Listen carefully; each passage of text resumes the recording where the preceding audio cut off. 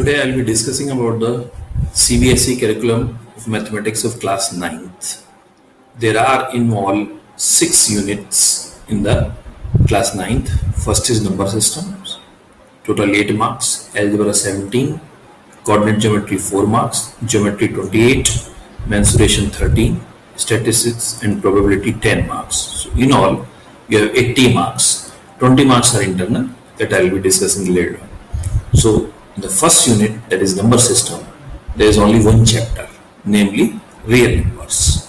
Now real numbers, the content of the real numbers, so the syllabus of real numbers is a review of representation of natural numbers, integers, rational numbers on the number line, representation of terminating and non-terminating recurring decimals on the number line through successive magnification, rational numbers as recurring, terminating decimals, operations on real numbers. Then you have examples of non-recurring, non-terminating decimals, existence of non-rational numbers, that is known as irrational numbers. For example, root 2, root 3 and their representation on the number line. Explaining that every real number is represented by a unique point on the number line, and conversely, every point on the number line represents a unique real number.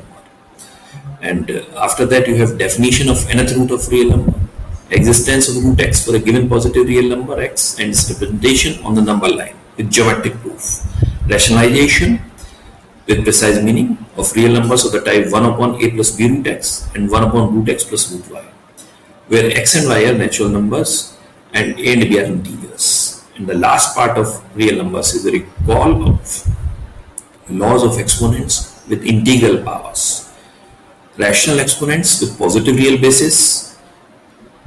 Now that was the first unit, total 8 marks. Second unit is algebra. First chapter of algebra is polynomials. So in polynomials you have definition of a polynomial in one variable with examples and counterexamples, coefficients of a polynomial, terms of a polynomial and zero polynomial, degree of a polynomial, constant, linear, quadratic and cubic polynomials.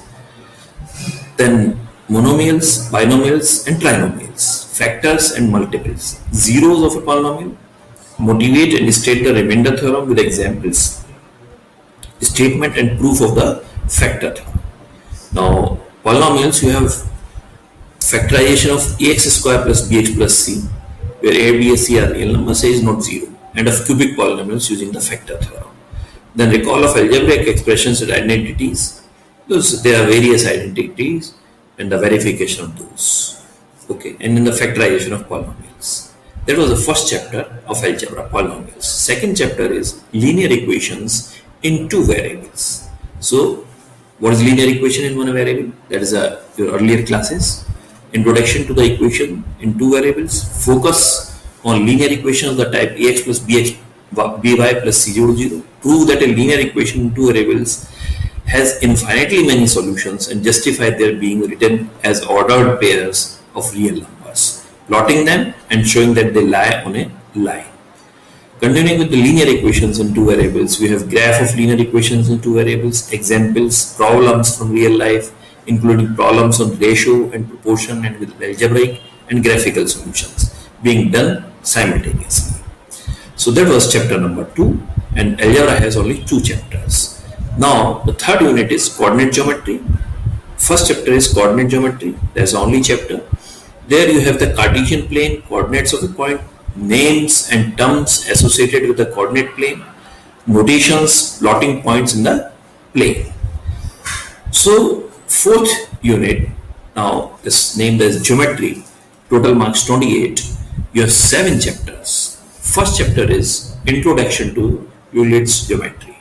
So introduction to Euclid's geometry, you have history, geometry in India and Euclid's geometry. Euclid's method of formalizing observed phenomena into rigorous mathematics with the definitions, common, obvious notions, axioms, postulates and theorems, 5 postulates of Euclid. Then equivalent versions of the 5th postulate showing the relationship between axioms and theorem, between axiom and theorem. For example, axiom 1, given 2 distinct points, there exists one and only one line through them. Theorem number 2, you have to prove it that 2 distinct lines cannot have more than one point in common. That was the first chapter of fourth unit. Next chapter is lines and angles. So in lines and angles, you have if a ray stands on a line, then the sum of the two adjacent angles so formed is 180 degree and the converse. If two lines intersect vertically, opposite angles are equal. Results on corresponding angles, alternate angles, interior angles when a transversal intersects two parallel lines. Fourth is lines which are parallel to a given line are always parallel. Fifth, the sum of the angles of a triangle is 180 degree. That is what you have to prove.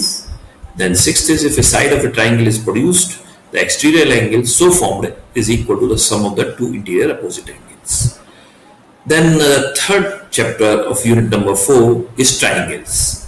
Now triangles you have first is two triangles are congruent if any two sides and the included angle of one triangle is equal to any two sides and the included angle of the other triangle, known as SAS. Second is known as ASA. Third is known as SSS.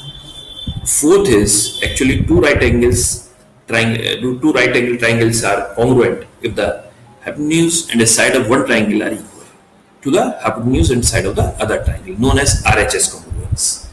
Then fifth is the angles opposite to equal sides of triangle are equal. That is what you have to prove.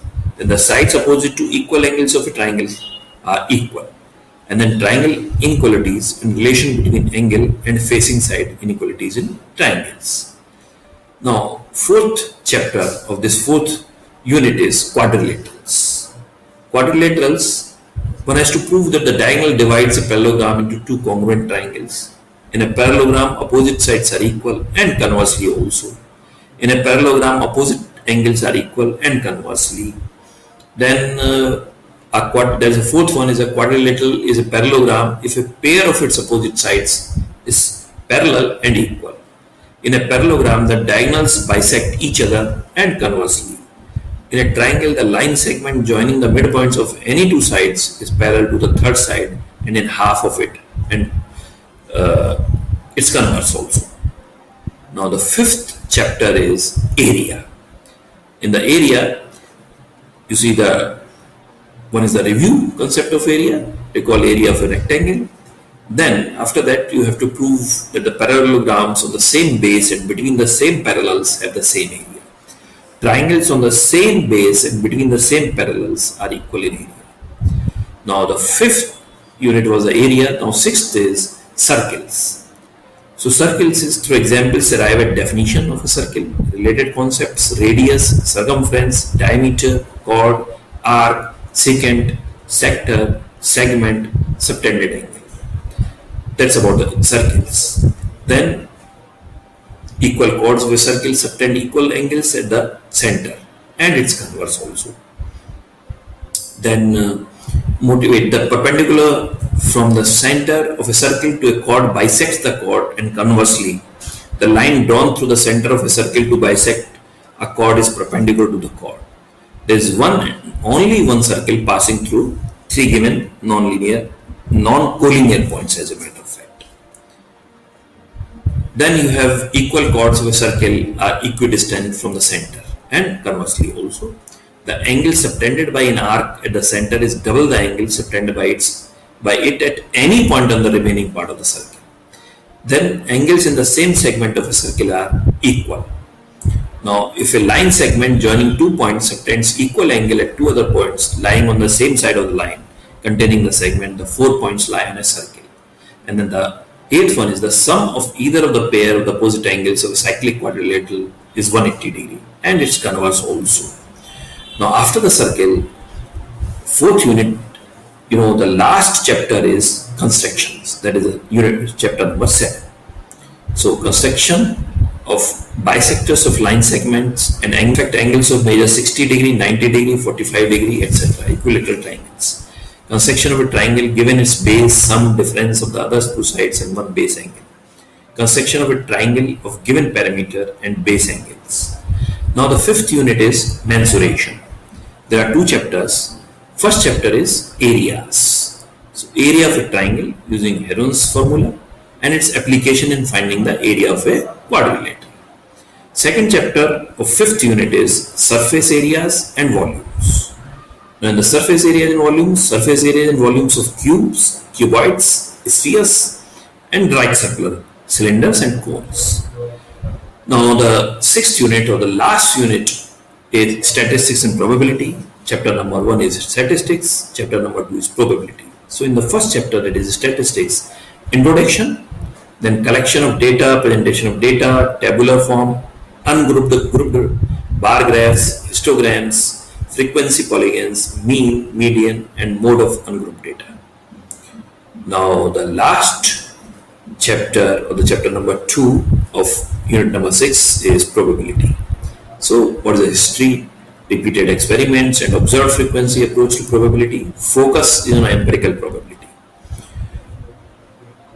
Now question wise breakup is something like this. Very short answer, one question, mark per question is 1, total number of questions 6, so total marks will be 6. Short answer 1, total mark per question is 2, total number of questions 6, so total marks 12. Short answer 2, slightly bigger than the short answer 1, 3 marks per question, 10 questions and 30 marks. Long answers 4 mark per question, there are 8 questions and marks 32. So total number of questions will be 30 and marks 80. Now the typology of questions is like remembering, very short answer 2, short answer 2, short answer 2 is 2, long answer 2, total marks 20.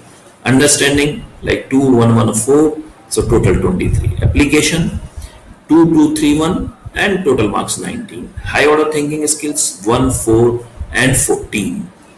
Evaluation is only one long answer and the total marks 4. So in all is 80 marks. Now remembering means what? Simple recall questions to know specific facts, terms, concepts, principles or theories, identify, define or recite information. Then you have understanding, that is the second category. In understanding, comprehension, to be familiar with meaning and to understand conceptually. Interpret, compare, contrast, explain, paraphrase information. Now the third category is application of total 19 marks. In the application is use abstract information in concrete situation to apply knowledge to new situations, use given content to interpret a situation, provide an example or solve a problem. Fourth type of questions are high order thinking skills, total 14 marks, and high order thinking skills covers analysis and synthesis, classify, compare, contrast or differentiate between different pieces of information, organize and integrate unique pieces of information from a variety of sources. And the last type of question is evaluation. Only one, long answer question, that is 4 marks. So in evaluation, appraise, judge and justify the value or worth of a decision or outcome, or to predict outcomes based on values. Now that was 80 marks. Now internal assessments will be having like 20 marks, periodical test 10 marks, notebook submission 5 marks, lab practical 5 marks. Thank you very much.